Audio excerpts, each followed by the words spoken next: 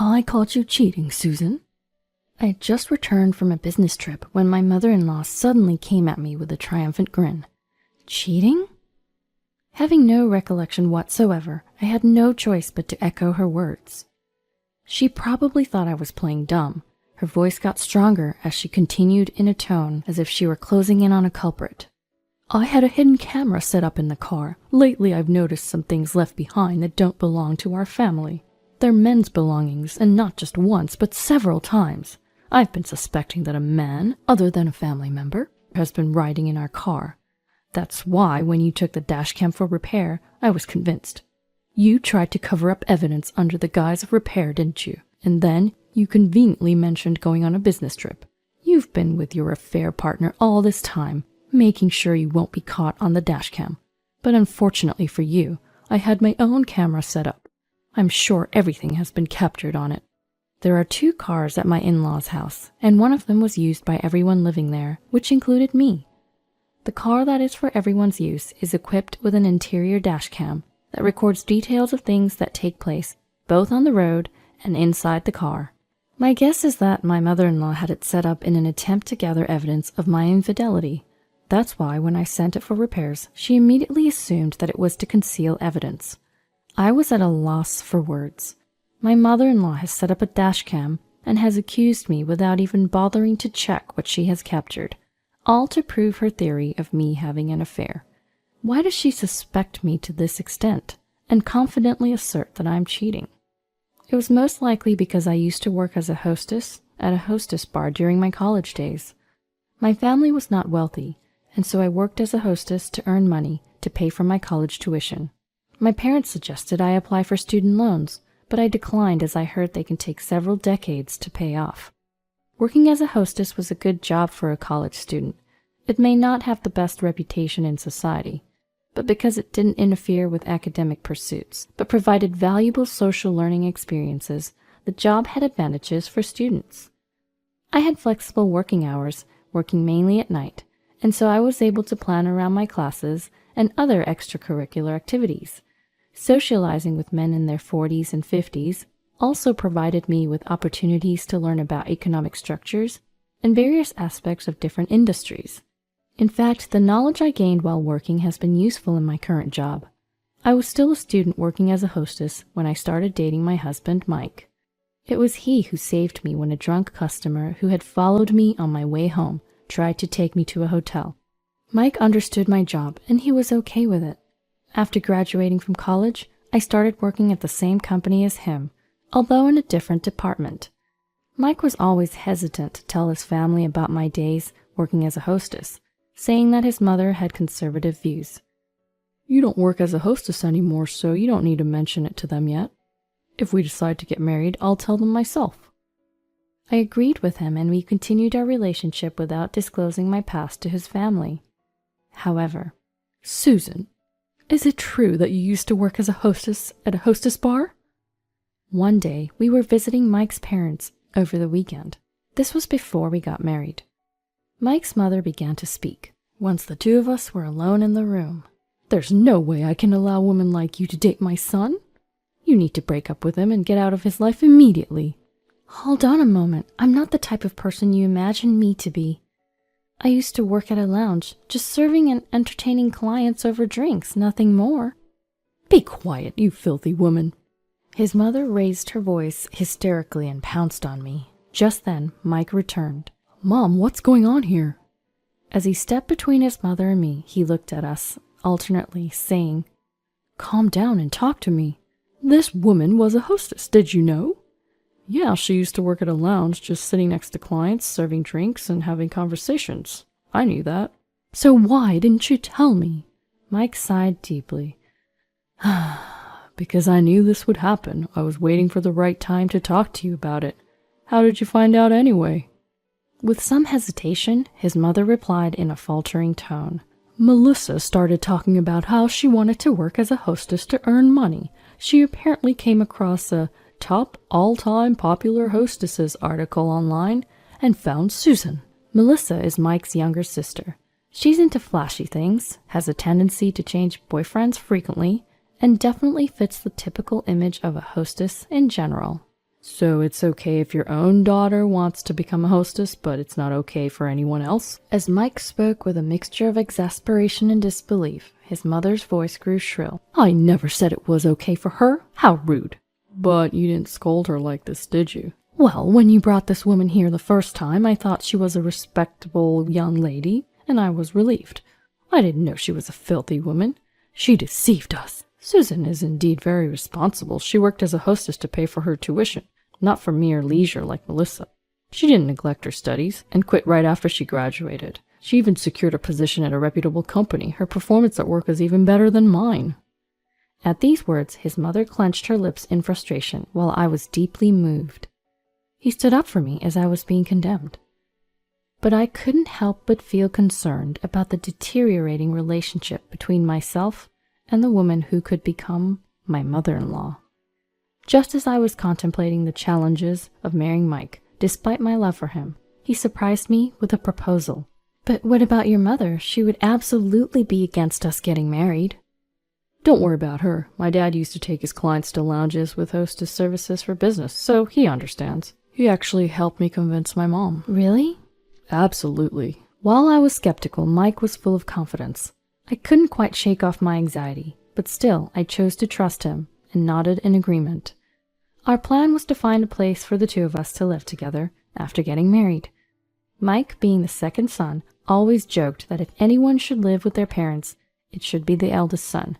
His older brother wasn't married at the time but had a fiancée, and so I naturally assumed they would be the ones to move in with my in-laws. But then, we'd rather have Mike live with us. To my surprise, my mother-in-law, who had previously belittled me and criticized me as the filthy woman, was the one who brought up such a proposition. I couldn't fathom her intentions, but since we had already pushed through with the marriage against her wishes, I couldn't refuse. When Mike voiced his worries, asking if I was going to be okay, I confidently assured him that I was going to be fine. Shortly after our marriage, we began living at Mike's parents' house. Our newlywed life consisted of living together with my in-laws and sister-in-law. Melissa had actually gotten married a little before us, but her husband was immediately assigned to an overseas business trip, so she remained at her parents' house. Just like Mike said, my father-in-law was understanding and treated me kindly. It helped that I had experience conversing with older men, so our talks were quite engaging. My mother-in-law didn't seem to approve of that aspect of me either. She's just fooling you, dear. I could hear such backbiting quite frequently.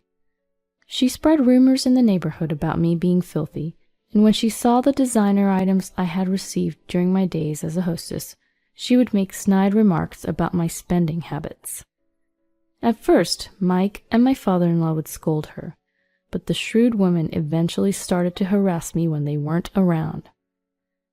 Hey, since you're so extravagant with your spending, you shouldn't be keeping money around. Just leave it all to me, and I'll manage it for you. She had the audacity to come to my room and say that. It left me dumbfounded. I'm not wasting money. These designer items aren't recent purchases. Plus, if I were to entrust anyone with my money, it would be Mike. You're just deceiving Mike. Even if you gave it to him, you'd just pester him for money and end up spending it all. I should be the one to hold on to it. Besides, the other day, I saw you coming home after drinking with a man. You really have a thing for men.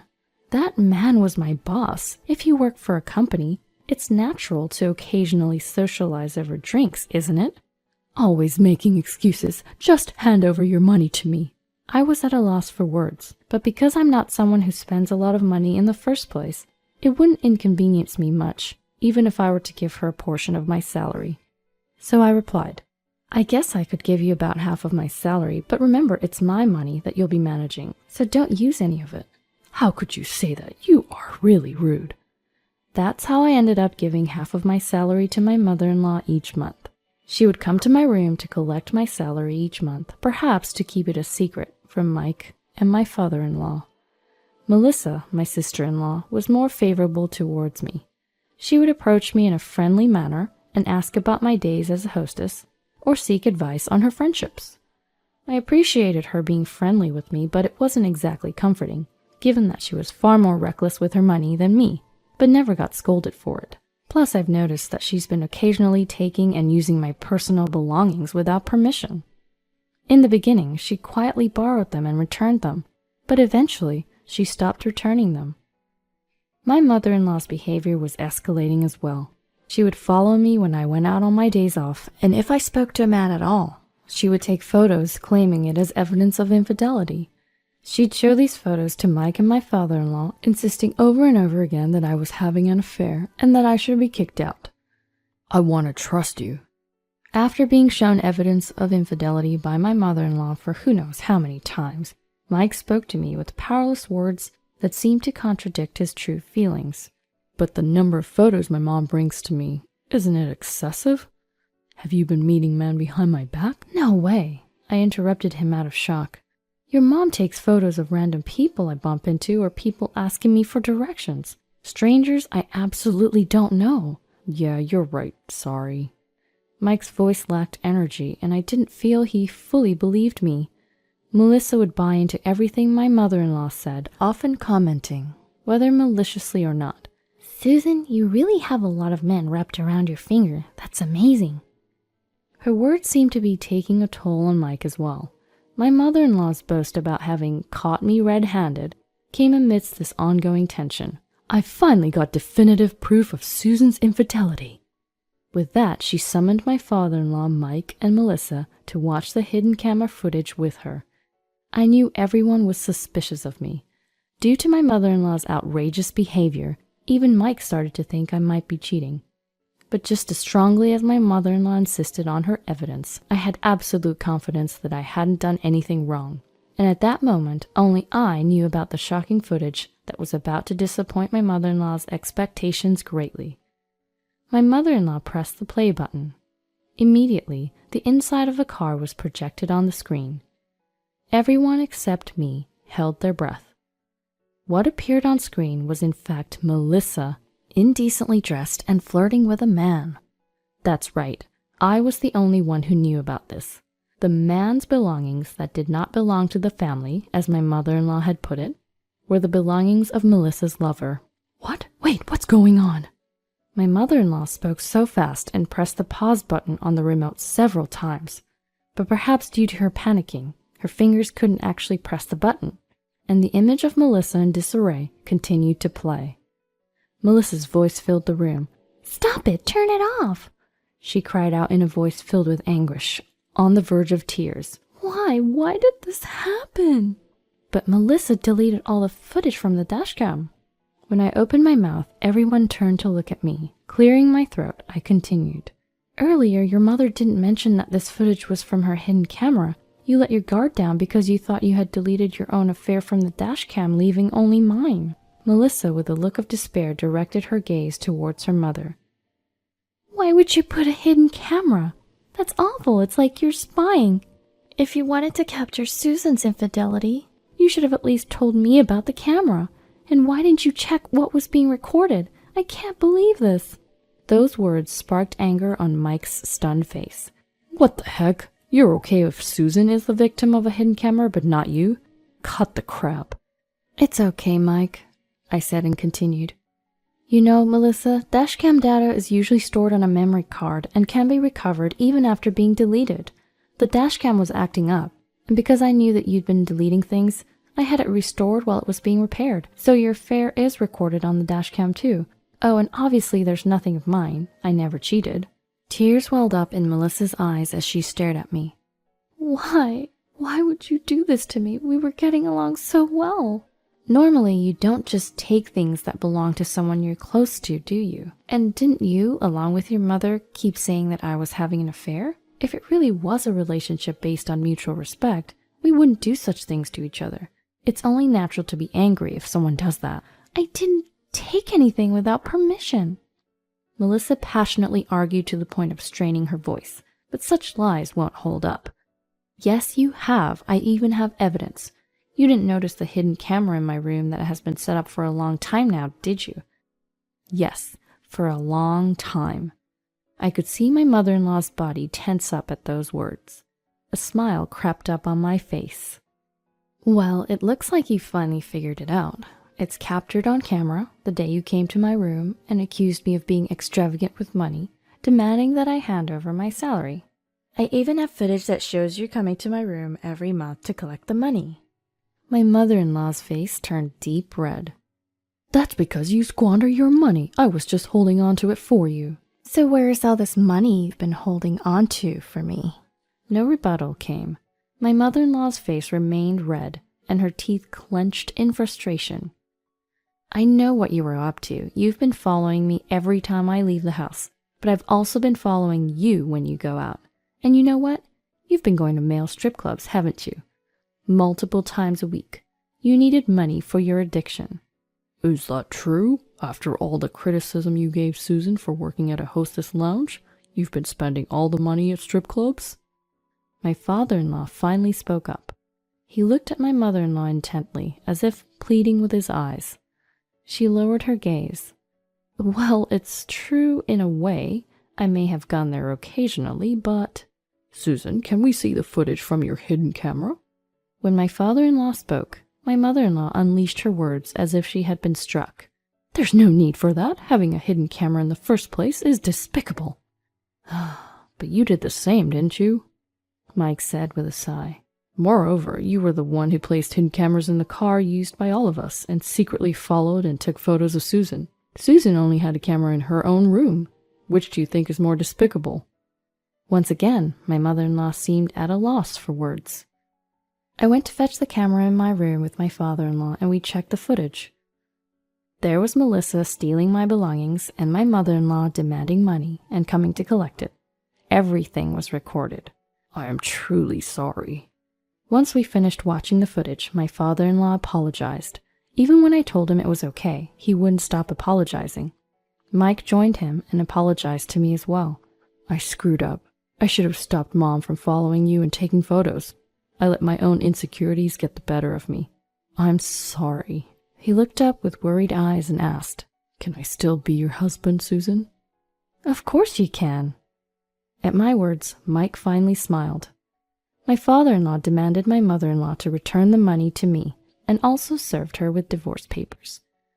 Despite her pleas of having no money and begging him not to leave her, my father-in-law was resolute and they ultimately divorced. She is now working full-time in order to repay me and cover her living expenses. I'm sure she doesn't have any spare time to visit strip clubs anymore.